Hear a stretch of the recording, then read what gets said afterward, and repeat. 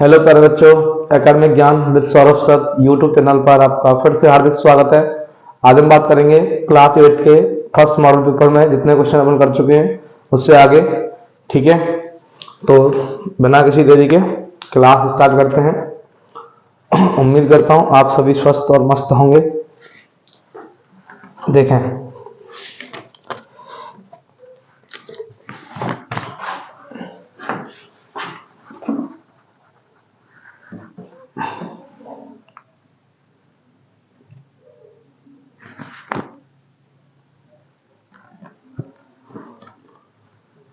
Sixteenth question क्या है? Following is the graph means pie chart. बेटा पाई चार्ट दे रखा है आपको और पाई चार्ट देकर आपसे कुछ क्वेश्चन है वो करने सॉल्व। दो क्वेश्चन है तो पाई चार्ट में आपके लिए यहां बना रहा हूं, इधर साइड बना देता हूं। चलो दो पार्ट्स करके, ठीक है। तो ऐसे पाई चार्ट है, इसमें कितने सेक्टर हैं?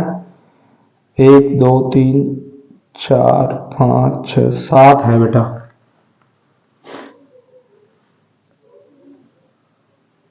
4 तो बन गए,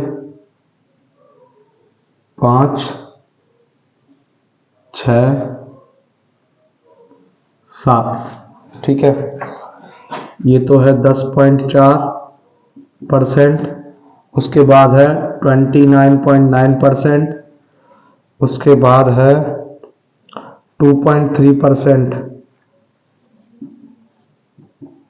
उसके बाद है 1.9%,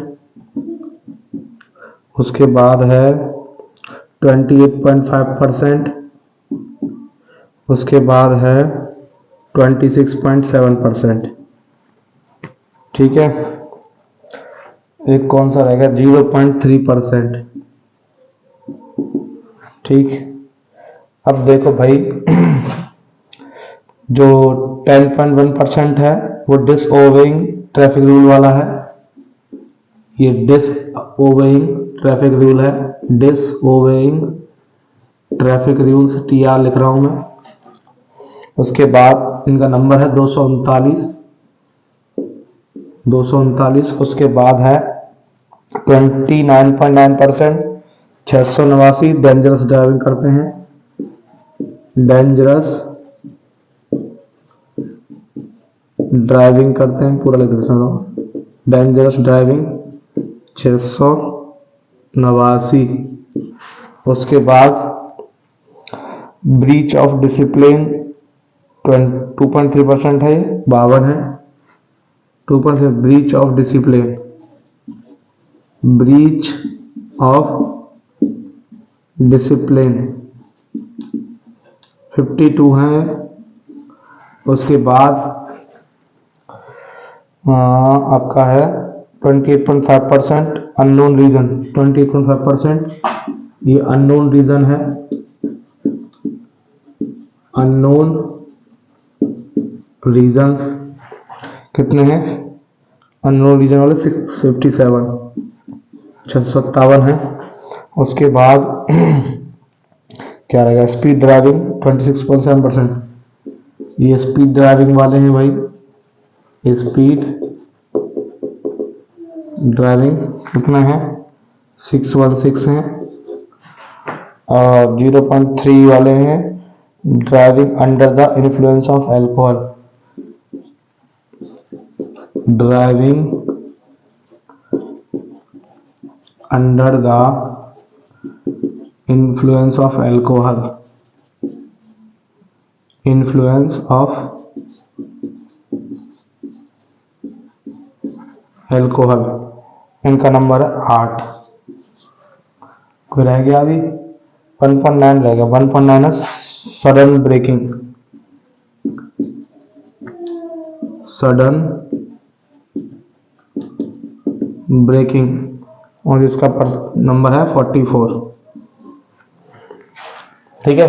बेटा आपको दिख रहा, ये पाई चार्ट आपको दिख रहा होगा, ठीक है। तो ये पाई चार्ट जो दिख रहा है आपको, इसमें आपसे जो भी डाटा दिया हुआ है वो मैंने लिखा है यहाँ पर।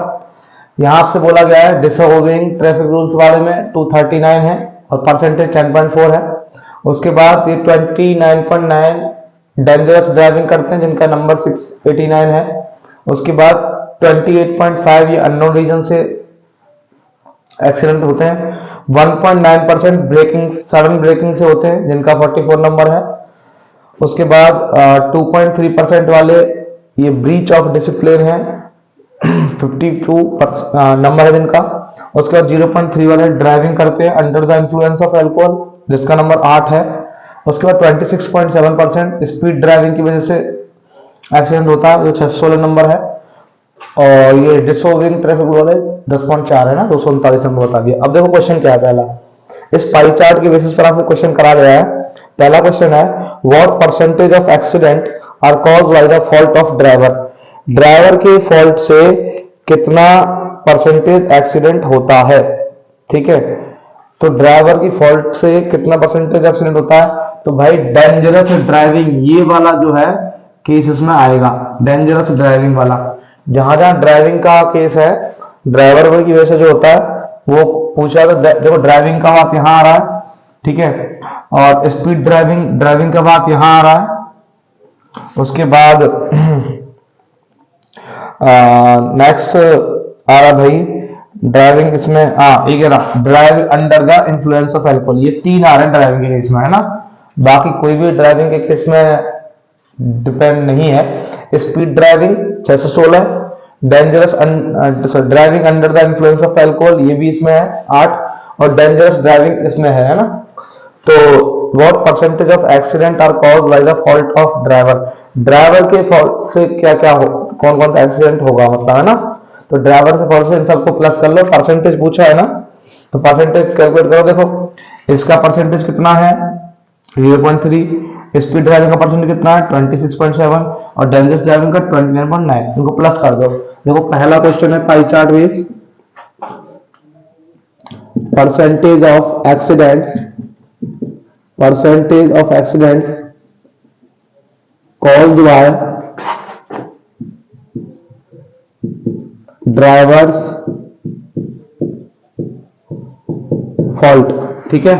ड्राइवर के दोष के कारण कितनी दुर्घटनाएं होती हैं, कितने परसेंटेज, तो डेंजरस ड्राइविंग इसमें आएगा, ठीक है। स्पीड ड्राइविंग इसमें आएगा, driving under the influence of alcohol इसमें आएगा ना। तो मैं लिख रहा हूं आंसर होगा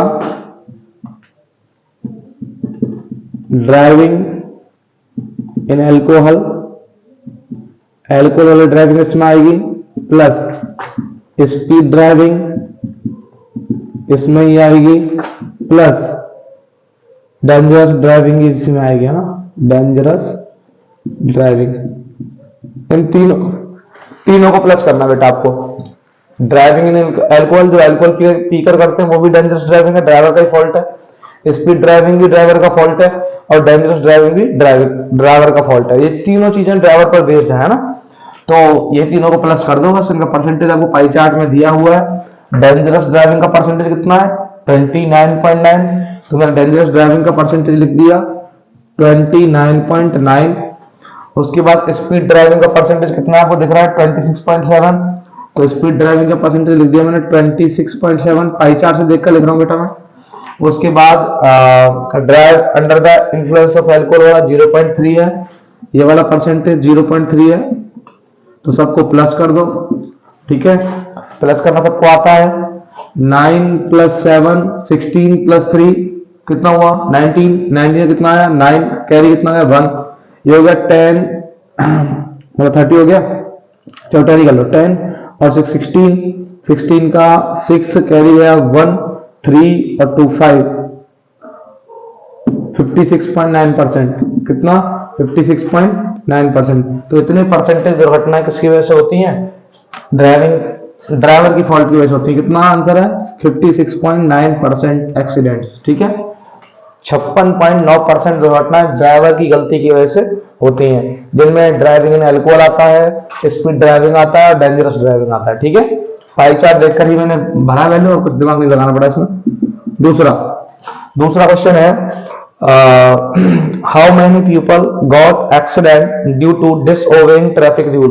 अब डिसओबेइंग ट्रैफिक रूल वाले कितने परसेंटेज पीपल एक्सीडेंट होते हैं, तो देखो यहाँ दे रखा है डिसओबेइंग टीआर मतलब ट्रैफिक रूल कितने पर्सन है 239 239 और परसेंटेज कितना 10.4 परसेंटेज पूछते परसेंटेज भी ले सकते हो आप है ना।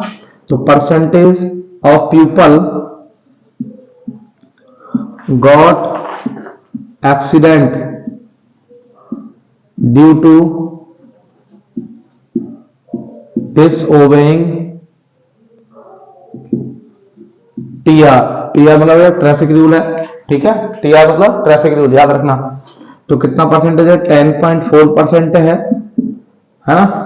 डिसओबेइंग ऑफ ट्रैफिक रूल से 10.4% एक्सीडेंट होते हैं। और नंबर कितना है भाई, इनका नंबर है 239, कितना है 239। पाई चार्ट में जैसा कि आप देख पा रहे होंगे डिसओबेइंग ट्रैफिक रूल्स में 239 पर्सन है और परसेंटेज रेट कितना है 10.4। ओके, ये था क्वेश्चन, इसकी सब लेना आप देख लें एक बार।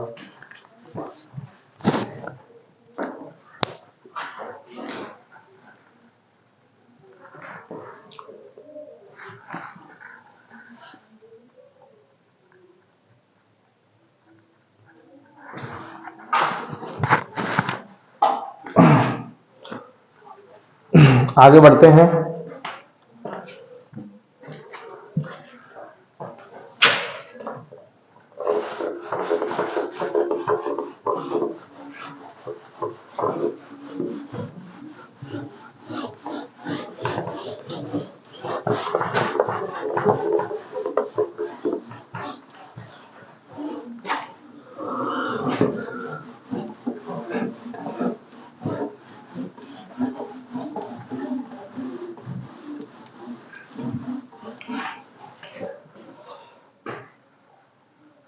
अगला क्वेश्चन देखें। अगला क्वेश्चन है 17।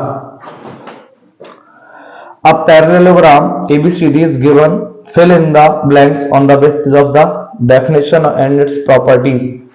बेटा सबसे पहली बात पैरेललोग्राम सबको पता है समांतर चतुर्भुज होता है, हिंदी में समांतर चतुर्भुज होता है, ठीक है,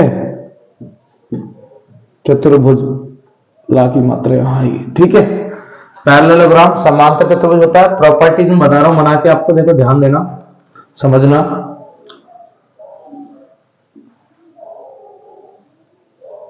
चलो ठीक है, देखो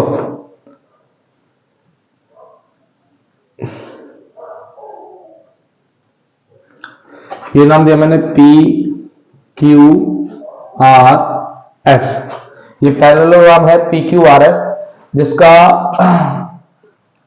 ये जो डायगोनल का बाइसेक्टर पॉइंट है वो है O, ठीक।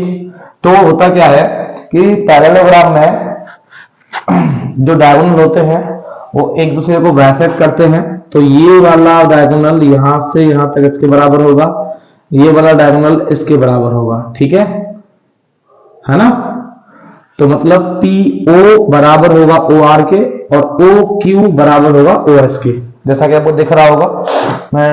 और पैरेललोग्राम में अपोजिट साइड भी पैरेलल और इक्वल होती हैं। तो जैसे ये वाली साइड जो है वो इसके बराबर होगी, मतलब PQ इक्वल होगा SR के। उसके बाद ये QR वाली जो साइड है, मैं यहां 2 डॉट लगा रहा हूं, जो QR वाली साइड है वो PS के बराबर होगी, यहां भी मैं 2 डॉट लगा रहा हूं, ठीक है। मेरे कहता आपको दिख रहा होगा, समझ में आ रहा होगा कि PQ जो है वो SR के बराबर होगी, यहां सिंगल डॉट लगाया मैंने, यहां भी सिंगल डॉट लगाया। QR वाली जो लाइन है यहां 2 डॉट लगाए मैंने, ये इक्वल होगी PS वाली लाइन की, इक्वल भी होगी पैरेलल भी होगी। तो समांतर चतुर्भुज में बेटा याद रखना, समांतर चतुर्भुज में आमने सामने की भुजाएं समांतर और बराबर होती हैं और विकर्ण एक दूसरे को समिद्विभाजित करते हैं। क्या बोला मैंने, समांतर चतुर्भुज की भुजाएं आपस में बराबर और समांतर होती हैं और विकर्ण परस्पर समिद्विभाजित करते हैं। समिद्विभाजित मतलब समान 2 भागों में बांटते हैं, ठीक है। इंग्लिश में the parallelogram has equal parallel sides and its diagonal bisect each other. ठीक है, पैरेललोग्राम के डायगोनल्स बाइसेक्ट करते हैं और जो अपोजिट साइड होती है वो इक्वल और पैरेलल होती हैं। ठीक है, तो ये डायग्राम है। अब इस बेसिस पर क्वेश्चन हो गया, आंसर दे रहे हैं। पर यहां पर बेटा इसमें नाम ADBC दे रखा था, मैंने नाम चेंज कर दिया, ये नाम सही कर लो, बड़ी क्वेश्चन के आंसर होंगे फिर दिक्कत आएगी। नाम इसके हिसाब से कर लो भाई, ABC और D। ठीक है, अब देखो क्वेश्चन है पहला, first question is AB is equal, क्या होगा, DC आएगा या BC आएगा, ये चॉइस बेटा दे रखी है आपको। दूसरा, एंगल ABC इज इक्वल होगा विच एंगल, एंगल ADC और एंगल BCD। उसके बाद next third part is OB is equal होगा विच OA और OD। Next fourth, angle measurement ABC equal होगा, sorry, measurement angle ABC plus measurement angle BCD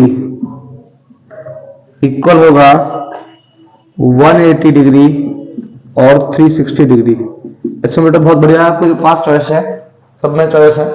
देखो AB जो है वो DC की इक्वल है और BC की इक्वल है, तो डायग्राम में देखो आप, AB ये ना किसके इक्वल है भाई, DC की इक्वल है। AB पर सिंगल डॉट है और DC पर भी क्या सिंगल डॉट, अपोजिट है ना, AB DC के, तो AB BC की इक्वल है, तो आंसर क्या होगा इसमें, DC is the correct answer. तो यहाँ क्या आएगा, DC आएगा। ठीक है, AB is equal to the DC।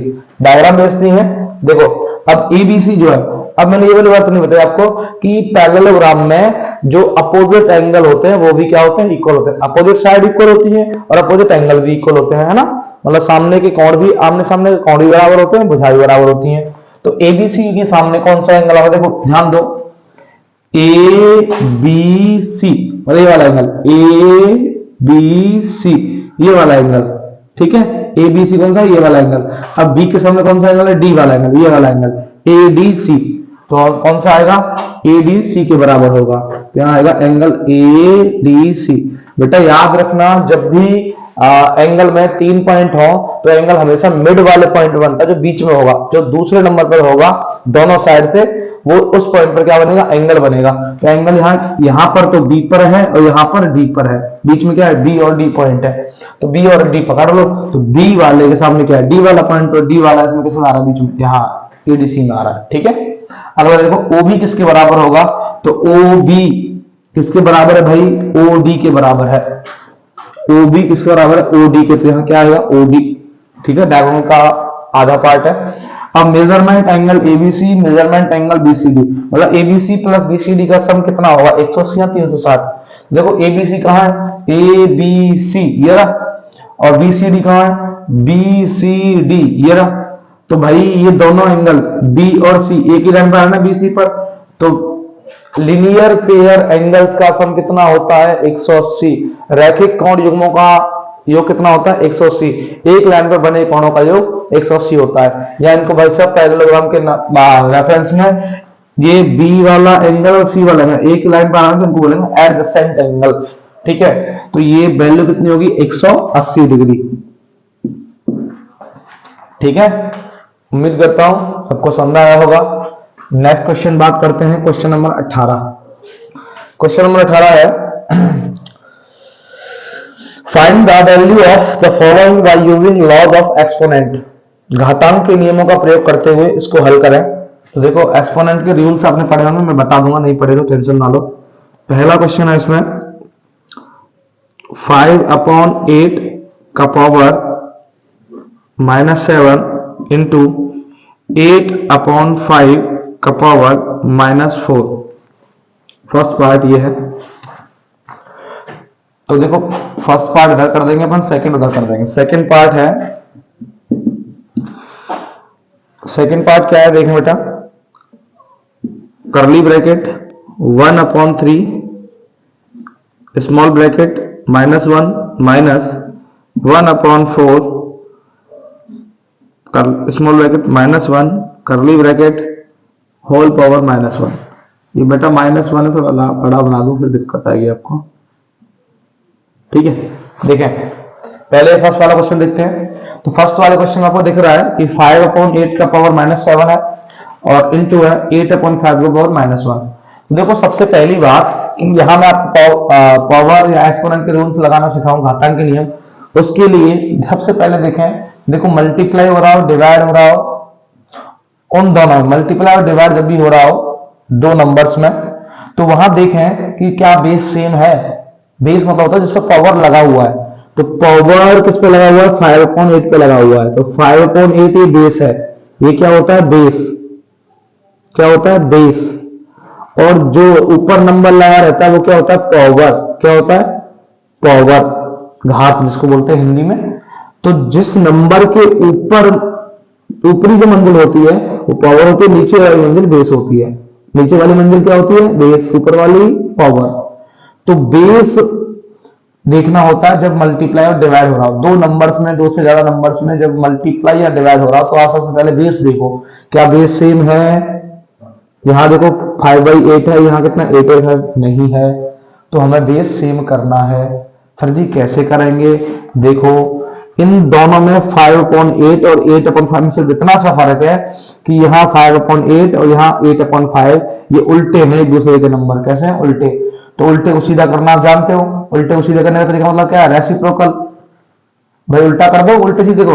देखो 5/8 की पावर -7 इंटू, इसको मैं उल्टा करूंगा 5/8, तो ये पावर प्लस का हो जाएगा 4। याद रखना जब भी किसी पावर वाले नंबर को आप उल्टा करते हो तो उसकी पावर का साइन उल्टा हो जाता है। तो यहाँ 8/5 की पावर तो थी -4, जब मैंने इसको उल्टा किया तो ये बन गया 5/8 का पावर +4। अब यहाँ सिंपल सा रूल लग रहा है बेटा, याद रखना, मैं रूल लिखा भी रहा हूं आपके लिए कि जब a की पावर m हो इंटू जब a की पावर m हो इंटू a की पावर n हो तो आपका आंसर आता है a की पावर mn। क्या आता है? a की पावर m है। जब a की पावर m हो इंटू a की पावर n हो तो आंसर आता है a की पावर mm। याद रखना a की पावर m इंटू a की पावर m इज इक्वल होता है a की पावर mm। या अब अगर देखो बेटा, अगर ब्रैकेट लगा के आपने कोई नंबर ऊपर लगाया तो ये तो पावर माना जाता है। याद रखो, अभी से चीज सिखा रहा हूं मैं। अगर a की पावर m, ये तो a की पावर m बोला जाएगा, और ये a की पावर m है। ये दोनों बातें बेटा अलग अलग हैं, याद रखना, है ना। ऐसे ब्रैकेट लगा के लिखा करो आप, तो ये सही वाला फॉर्म है, ये गलत फॉर्म है, ऐसे मत लिखा करो, है ना। a की पावर m बिना ब्रैकेट कभी मत लिखना। बोला तो a की पावर m जाता है, बुक में भी इसका भी ऐसा लिखा रहता है, लेकिन ऐसे मत लिखा करो, आप ऐसे लिखा करो ब्रैकेट लगा के। जो बेस वाला नंबर है उसके ब्रैकेट लगाओ फिर पावर लगाओ, ठीक है। तो ये करेक्ट फॉर्म होता है लिखने का, है ना। अब देखो, तो a की पावर m इंटू a की पावर n इज इक्वल होता है a की पावर mn। देखो यहाँ बेस सेम है तो क्या हो जाएगा, मैं थोड़ा सा क्या करूं, बड़ा समस्या हो गई। तो ये हो जाएगा, देखो मैं समझाऊं, 5 की पावर 8 कितना है? -7, और 5/8 की पावर कितना है? +4। अब यहाँ पावर ऐड होंगे तो -7 + 4 कितना होगा? -3। तो आंसर आएगा भाई, इधर लिख रहा हूं मैं 5/8 का पावर -3। हो गया बस सॉल्व, यही छोड़ दो इतना, आंसर सही है। ठीक है, ये आंसर हो गया। उम्मीद करता हूं समझ में आया होगा। और एक्सपेंड करना चाहो तो कर सकते हो, सबको पता है जितना पावर है उतना क्या करेंगे अपन, मल्टीप्लाई कर देते हैं अपनी टाइम। लेकिन ये माइनस की पावर बेटा, इसको सॉल्व नहीं कर पाएंगे। सॉल्व करने के लिए इसको फिर उल्टा करना पड़ेगा, ठीक है। माइनस की पावर को प्लस करके ही सॉल्व कर पाते हैं, ध्यान रखना। अभी मैं सिखा दूं, चलो इधर सिखा देता हूं मैं। देखो माइनस कितना है? 5/8 की पावर -3 आंसर आया, ठीक है। इधर वाले का इसका नहीं है। अब 5/8 की पावर -3 है, इसको सॉल्व नहीं कर पाएंगे तो प्लस बनाओ, तो ये हो जाएगा 8/5 की पावर 3। ठीक है, कितना हो जाएगा। अब सिंपल से और आगे सॉल्व करना तो यहां छोड़ दो आप, या फिर यहां छोड़ दो, है ना। मैंने तो यही छोड़ दिया, अगर आगे करना चाहो तो ऐसे करो। मैंने 5/8 की पावर -3 था, प्लस बनाने के लिए उल्टा कर दिया। अब इसको क्या करोगे कि 8 की पावर 3 मतलब 8 इंटू 8 इंटू 8 ऐसे हो जाएगा, है ना। और उसके अपॉन 5 की पावर भी 3 लगेगा, तो मतलब 5 इंटू 5 इंटू 5 हो जाएगा। अब 8 का क्यूब कितना होता है भाई 512, और 5 का क्यूब कितना होता है 125, तो आप यहां छोड़ दो। ऐसे करना है ना। इसको मैंने आगे एक्सप्लेन यहां कर दिया है। देखो यहां सेम बेस बना दिया मैंने, तो पावर ऐड हो जाएंगे मल्टीप्लाई में, तो ये आएगा 5/8 की पावर -3। यहां छोड़ दो आप, थोड़ा आगे करना है तो भाई इस माइनस की पावर को प्लस बनाया मैंने, तो इसको उल्टा कर दिया, 8/5 की पावर 3 हो गया। उल्टा करने के बाद अब 8 की पावर भी 3 लगेगा और 5 की पावर भी 3 लगेगा, तो पावर जितना होता है उतने टाइम मल्टीप्लाई करना होता है। तो 8 इंटू 8 इंटू 8 3 टाइम हो गया, ऐसे 5 का कर दिया, तो आंसर 8 का मल्टीप्लाई 3 टाइम करोगे तो 512 आएगा, और 5 का करोगे तो 125 आएगा, तो यहाँ छोड़ दो, सही आंसर। ठीक है, देखना आप एक और स्क्रीनशॉट लेना। ठीक, तो आप एक पावर का रूल याद रखना कि a की पावर m इंटू a की पावर n हो तो क्या होगा, a की पावर mn हो जाएगा, है ना। पावर्स का सॉरी गलत लिख दिया मैंने, m प्लस n होगा, a की पावर m प्लस n जोड़ा है ना मैंने, जुड़ता है ना। तो इनटू में पावर जुड़ जाते हैं और डिवाइड में पावर घट जाते हैं। अब देखें ये वाला पार्ट, इधर वाला। अब इधर वाले में क्या है समझें। देखो ये माइनस का पावर है, ये माइनस का पावर, बीच में क्या हो रहा है माइनस हो रहा है, तो पहले इन पावर को प्लस बना के अपन सॉल्व करेंगे। तो देखो क्या करोगे, सबसे पहले आगे, सबसे पहले काम आपका माइनस की पावर को अपन सॉल्व नहीं कर पाते, माइनस को पहले प्लस बनाओ, तो उसके लिए उल्टा करते हैं उसको। ये 1/3 की पावर -1 है, इसको उल्टा करेंगे तो कितना हो जाएगा 3/1 का पावर 1 हो जाएगा, माइनस ये हो जाएगा ऐसे 4/1 का पावर 1 हो जाएगा। ठीक है, और इसकी होल पावर कितनी है -1, है ना, है या नहीं भाई। अब देखो मैंने अंदर वालों को सही किया, पहले माइनस की पावर प्लस बनाया।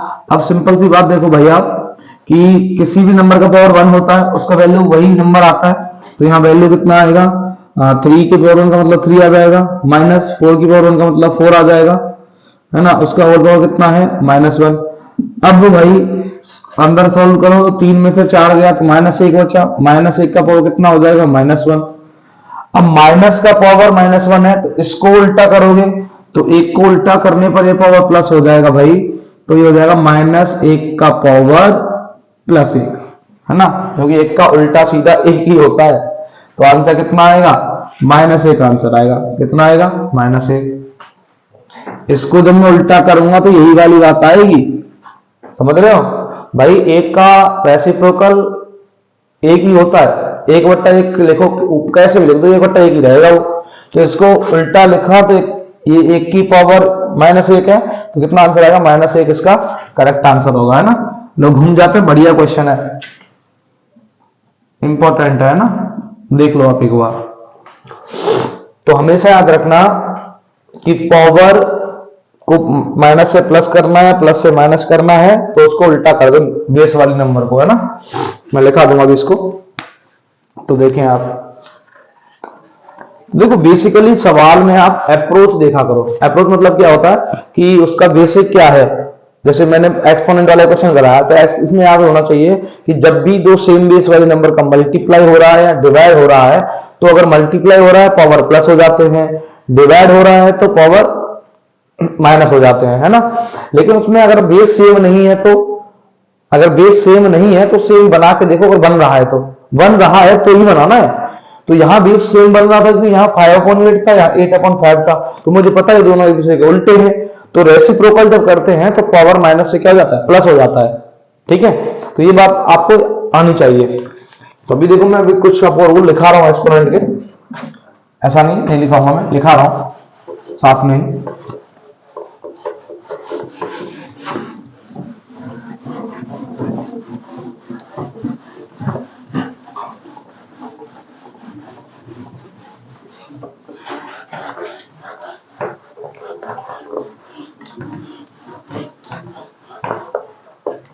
देखिए मैं आपको एक्सपोनेंट का रूल लिखा देता हूं कुछ अलग से। रूल्स ऑफ एक्सपोनेंट्स, घातांक नियम।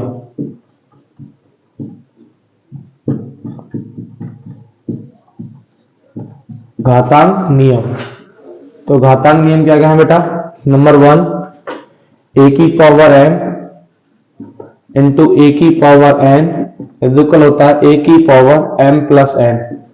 ठीक है, अगर वही यहां ऐसे हो जाए ए की पावर m डिवाइड ए की पावर n इज इक्वल होता है ए की पावर m माइनस n।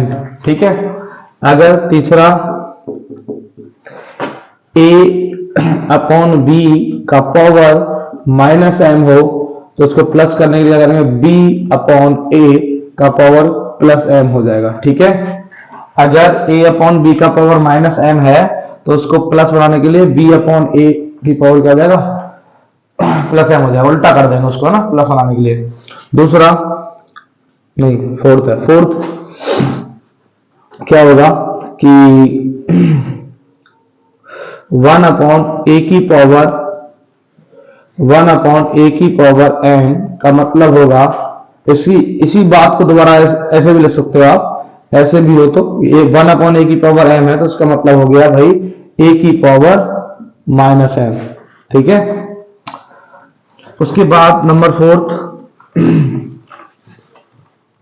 ए की पावर m, ठीक है, और उसकी पावर n हो तो उसका मतलब क्या होगा? ए की पावर mn होगा। जब पावर के ऊपर पावर हो तो बेटा पावर्स का क्या हो जाता है? मल्टीप्लाई हो जाता है, तो ए की पावर क्या होगा? mn होगा। ये 5 बेसिक रूल है। ये दोनों जो रूल हैं वो बेटा एक ही हैं, अलग नहीं है, ये दोनों एक जैसे ही हैं। ये थर्ड और फोर्थ जो है वो एक जैसे ही, अलग अलग नहीं है। कि जब मतलब माइनस का पावर उसको प्लस बनाएंगे तो वो उल्टा हो जाएगा नंबर बेस वाला। ठीक है, और जब ऐसे 1 अपॉन ए की पावर m हो तो उसको ए की पावर माइनस m लिख सकते हैं, है ना। दूसरी चीज एक और बात याद रखना, ये भी है इसमें, यहाँ में लिखा देता हूँ, स्टार आगे इधर लिख देता हूँ कि किसी नंबर का पावर 0, किसी भी नंबर का पावर 0 होता है तो उसकी वैल्यू बेटा 1 आती है। किसी भी नंबर का पावर अगर 0 है तो वैल्यू कितनी आएगी? 1। ठीक, दूसरी बात यहां ये भी लिख लो बेटा कि अगर 1 का पावर कुछ भी हो, n कुछ भी हो, तो आंसर कितना आएगा? 1 आएगा। 1 का पावर कुछ भी हो, आंसर कितना आएगा? 1 आएगा। 1 का वो कितना भी लगा लो, 1 आएगा। ठीक है, तो अब देखें सॉल्यूशन देखते हैं अगला क्वेश्चन का।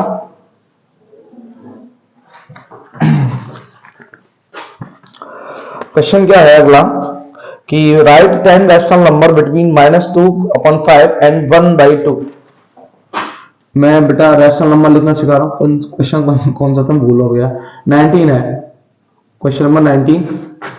-2/5 एंड 1/2। 10 रैशनल नंबर पूछे बेटा, 10 रैशनल नंबर्स। ठीक है, 10 परमेय संख्या लिखनी है -2/5 और 1/2 के बीच में 10 रैशनल नंबर लिखनी है ना, 10 परमेय संख्या है। तो देखो ऐसे क्वेश्चंस में जब भी रैशनल नंबर लिखनी हो दो नंबर्स के बिटवीन, तो आपको कुछ नहीं करना, सबसे पहले उन दोनों नंबर्स का नीचे वाला सेम करना है। ठीक है, तो नीचे वाला यहाँ कितना है? 5, यहाँ कितना है? 2। तो 5 को 2 नहीं बना सकते, 2 को 5 नहीं बना सकते, लेकिन इन दोनों का कॉमन मल्टीपल होता है 10, तो इन दोनों को 10 बना दो। तो इसको 2 को मल्टीप्लाई इधर कर दो, इसको इधर कर दो।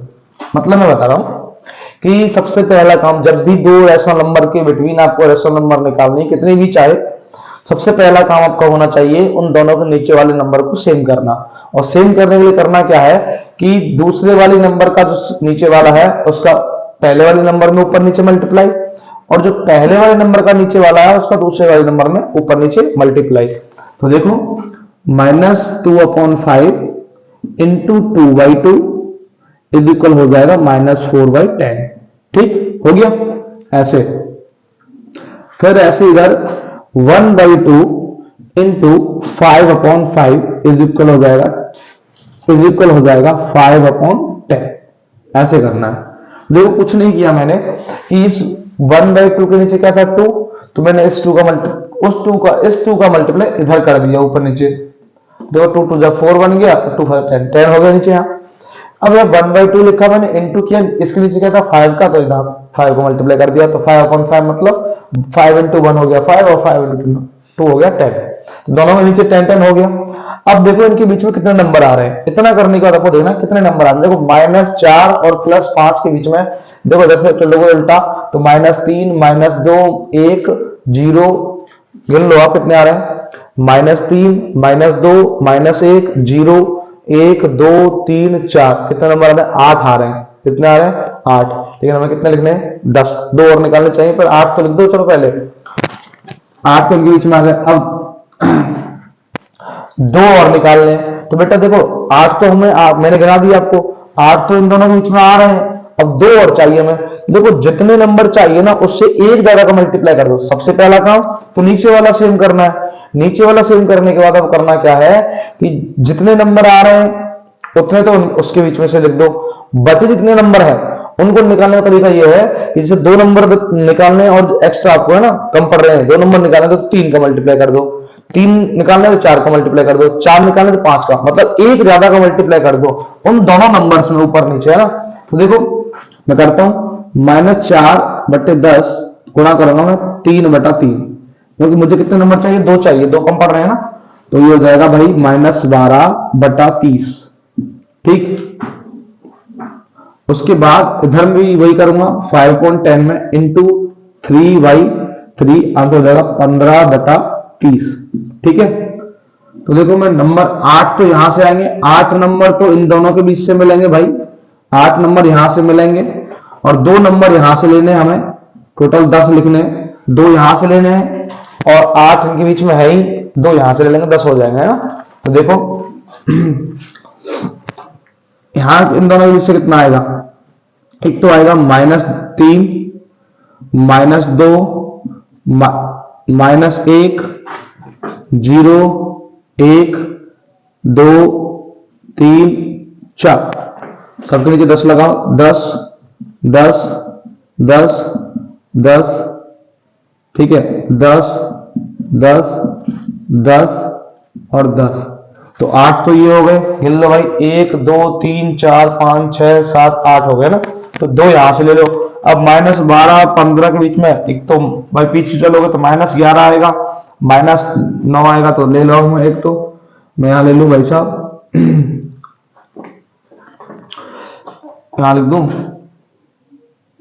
चलो इन दोनों बीच में लिखना है, तो इधर रेंज लिख देता हूँ भाई मैं बीच में, मैं इसको इधर लिख दूं, चलो इसको इधर ही बढ़ाना पड़ेगा भाई, मुझे लाइन थोड़ी सी इधर करनी पड़ेगी।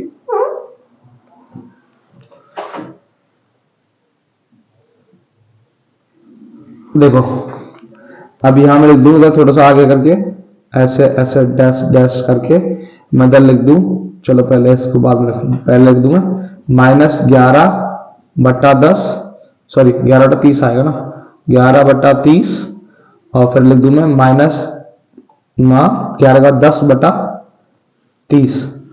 ठीक, ये हो गए। अब यहां लिख दूं मैं डैश डैश डैश करके, यहां रेंज लिख दो उसकी कितनी है भाई, -4/10 है इधर, तो ये इसका बॉर्डर है -4/10, और इधर इसका बॉर्डर है भाई 5/10।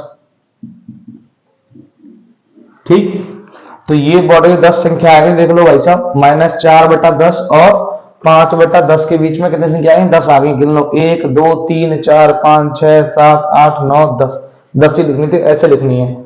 ठीक है, सबसे पहले आपको क्या करना है, जब भी 2 रेशनल नंबर के बीच में कितनी भी रेशनल नंबर निकालनी हो, सबसे पहला काम है उनके नीचे वाले नंबर का सेम होना।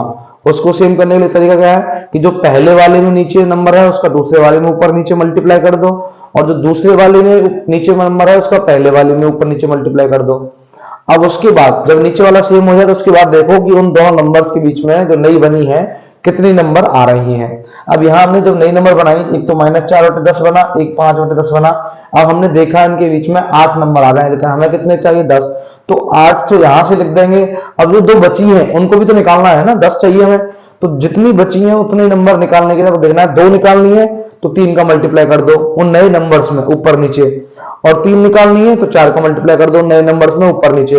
देखो मैंने 8 तो यहां से आ गए, 2 निकालनी और निकालनी है, 3 का मल्टीप्लाई मैंने कहां कर दिया, इन दोनों नंबर्स में, -4 बटे 10 में और 5 बटे 10 में ऊपर नीचे कर दिया। देखो यहाँ 3 का मल्टीप्लाई ऊपर नीचे किया 4 बटे 10 में तो 12 बटे 30 बन गया, 5 बटे 10 में ऊपर नीचे 3 का मल्टीप्लाई किया तो 15 बटे 30 बन गया। तो इनके बीच में बहुत सारे नंबर आ रहे हैं लेकिन हमें तो 2 ही लेने ना, तो मैंने 2 लेने के लिए क्या किया, -12 से पीछे चला दो, तो एक तो -11 यहां लिख दिया 11 बटा 30 और एक लिख दिया -10 बटा 30, ऐसे करना है। ठीक है, देखें आप।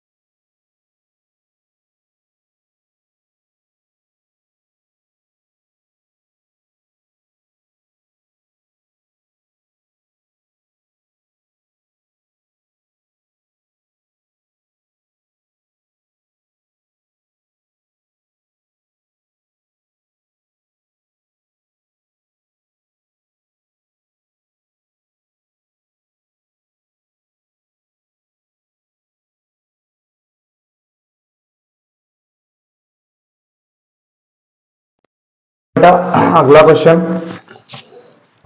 क्या है,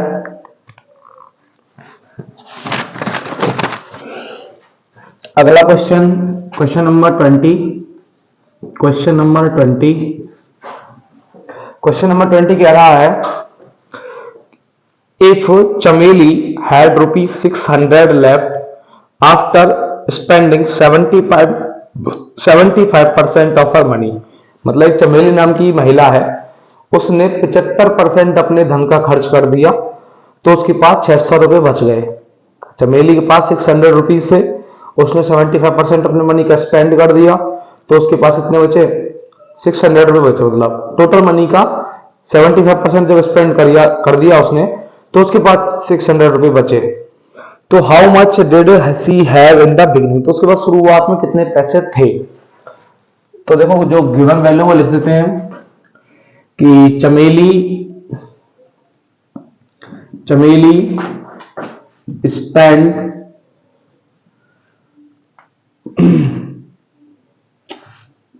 मनी परसेंट कितना था, 75% ऑफ टोटल, कुल का उसने 75% खर्च किया।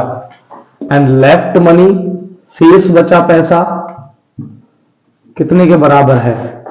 अब एक बात बताओ भाई मेरे, इतना कॉमन सेंस तुम्हें होना चाहिए कि 75% खर्च किया टोटल का, ठीक, तो बचा कितना भाई, वो परसेंटेज कितना बचा, 25% बचा, जो किसके बराबर है, रुपए 600 के बराबर है। आई बात समझे भाई। एक बात बताओ, मेरे पास 100 रुपए थे, मैंने 75 रुपए खर्च कर दिए तो मेरे पास कितने बचे, 25 रुपए बचे, नहीं बचे। तो वही तो कह रहा है कि चमेली ने 75% अपने मनी का खर्च कर दिया तो 600 रुपए उसके पास बच जाते हैं। तो कितना परसेंट मनी 600 के बराबर है, 25%। 75% उसने खर्च कर दिया, बचा कितना, 25% जो बचा था वो 600 रुपए के बराबर है। तो मैंने वही तो लिख दिया, लेफ्ट मनी 25% किसके बराबर, 600 के। अब यहां से आप एक बात समझो कि एक, मैं बताऊं, 20 पेन 400 रुपए के, क्या बोला मैंने, 20 पेन 400 रुपए के, तो एक पेन कितने रुपए का, 20 रुपए का, यही तो बोलोगे आप भाई। 20 पेन 400 के हैं तो एक पेन 20 रुपए का होगा, 20 से डिवाइड कर दो 400 को। अब यहां देखो 25% कितने के बराबर है, 600 के बराबर है, तो 1% कितने के बराबर होगा, भाग देके देखो, 25 दूनी 50 बचा 1, सॉरी 10 बचा, 100 हो गया, 25 चक्कर 100, मतलब 1% कितने के बराबर होगा भाई? 24 रुपए के बराबर होगा। कितने का होगा? 24 तो आ रहा है, 25 दूनी 50, बचा 10, बचा 100, है ना, 24 के बराबर है। तो मतलब 1% जो है वो RS24 के बराबर है, मतलब 24 रुपए के बराबर है। 1% कितने के बराबर है? 24 रुपए के बराबर। अब टोटल परसेंट कितने के बराबर होता है? 100 के। तो टोटल मनी भाई, टोटल मनी ऑफ चमेली डायरेक्ट निकाल लो आप। टोटल मनी ऑफ चमेली कितना होगा? 24 गुणा 100 इज इक्वल कितना हो जाएगा मेरे लल्ला? 2400 रुपए। ठीक, उम्मीद करता हूं समझ में आया होगा। कोई फॉर्मूला नहीं लगाया, डायरेक्ट अप्रोच है। देखो चमेली स्पेंड मनी परसेंट कितना? 75% है टोटल। चमेली ने टोटल परसेंट हमेशा 100 के बराबर होता है, 75% उसने खर्च कर दिया, बचा कितना? 25%। तो उसके पास जो लेफ्ट मनी है वो 600 रुपए, उसने 600 रुपए दिए कि लेफ्ट 600 रुपए हैं, मतलब 600 रुपए उसके बचे हैं। तो बचा परसेंट कितना है भाई? 25, 75 खर्च कर दिया, 25 ही तो बचा, तभी तो 100 होगा। तो 25% मनी जो है वो 600 के बराबर है। तो 1% कितने के बराबर होगा? 24 के। अब जब 1% 24 के बराबर है तो 100% कितने के बराबर होगा? 2400 रुपए के। तो उसके पास 2400 रुपए थे। ठीक है, ऐसे कर दिया करो। अगला क्वेश्चन है भाई, मैं बोल रहा हूं 3 consecutive integers add up to 51. What are these integers? Question number 21. 3 integers, 3 consecutive integer है यार, 3 consecutive integers add up to 51. Find the integer. मतलब बेटा 3 लगातार पूर्णांकों का योग 51 है, तो पूर्णांक ज्ञात करो। 3 लगातार पूर्णांकों का योग 51 है, तो पूर्णांक ज्ञात करो। ठीक है, 3 consecutive integers add up to 51. Find the integers. तो देखो 3 लगातार पूर्णांकों का योग 51 है, तो वो पूर्णांक ज्ञात कर रहे हैं। तो सबसे पहली बात, ऐसे क्वेश्चंस में आपको करना क्या होता है? एक पूर्णांक मानना पड़ेगा। तो लेट फर्स्ट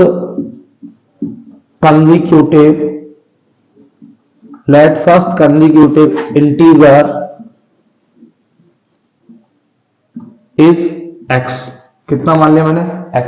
पहला पूर्णांक मैंने माना x, तो सेकंड जो होगा, सेकंड इंटीजर जो होगा, सेकंड इंटीजर जो होगा वो कितना होगा? x plus 1। मतलब ऐसे क्वेश्चन में करना क्या है? सिंपल, पहला इंटीजर मान लेना है। तो मैंने माना कि let first integer is x, then second integer कितना होगा? x plus 1। देखो आप नंबर काउंट करो, जैसे 1 2 3 4, तो मतलब सब में कितने का डिफरेंस है? एक का, 1 2, एक जोड़ा, 2 में जोड़ा, 3 3 में जोड़ा, 4। तो लगातार जो कंसेक्यूटिव इंटीजर बनते हैं वो एक एक के डिफरेंस से बनते हैं। ठीक है, तो सेकंड हो गया x प्लस 1। थर्ड कितना हो जाएगा? Third integer is x plus 2। कितना होगा? x plus 2। तो तीनों इंटीजर आगे नहीं आगे, पहला x होगा, दूसरा x प्लस 1 होगा, तीसरा x प्लस 2 होगा। अब इन तीनों का एडअप कितना हो रहा है? 51। तीनों का एडअप कितना हो रहा है? 51। तो according to question x plus 1 plus x plus 2 कितना होगा? 51। ठीक, तो कितने x हो गए? 1 2 3, तो कितना x हुआ? 3x प्लस 1 प्लस 2 3, कितना है? 51। ठीक, अभी साइड ट्रांसपोज से देखो x का वैल्यू फाइंड करना, तो इसको अकेला कर लो। तो ये 3 कहां जाएगा? ट्रांसपोजिंग से माइनस में, तो it means 3x is equal 51 minus 3। ठीक, उसके बाद 3x इज इक्वल 48, मतलब x इज इक्वल कितना आएगा? 16। कितना आएगा? 16। ठीक है, 51 में से 3 माइनस कितना आया 48। अब x से वैल्यू निकालना है तो 3 का डिवाइड चला जाएगा, कितना आएगा 16।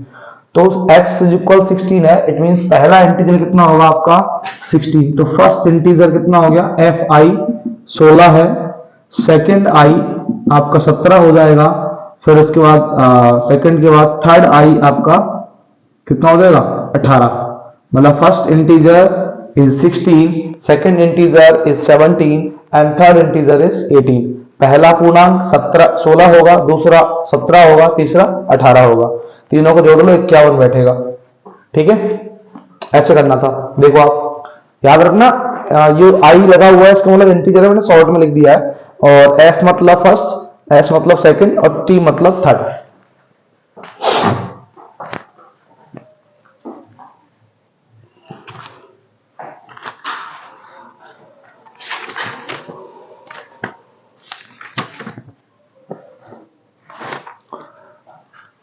तो आज की क्लास यहीं तक थी। अभी 4 क्वेश्चन और बचे हुए हैं, वो अपन कल के पार्ट में कर लेंगे इसको, तो टाइम का अभाव होते हुए। तो इसी के साथ जय हिंद, जय भारत, शुभ रात्रि। मिलते हैं अगली क्लास में।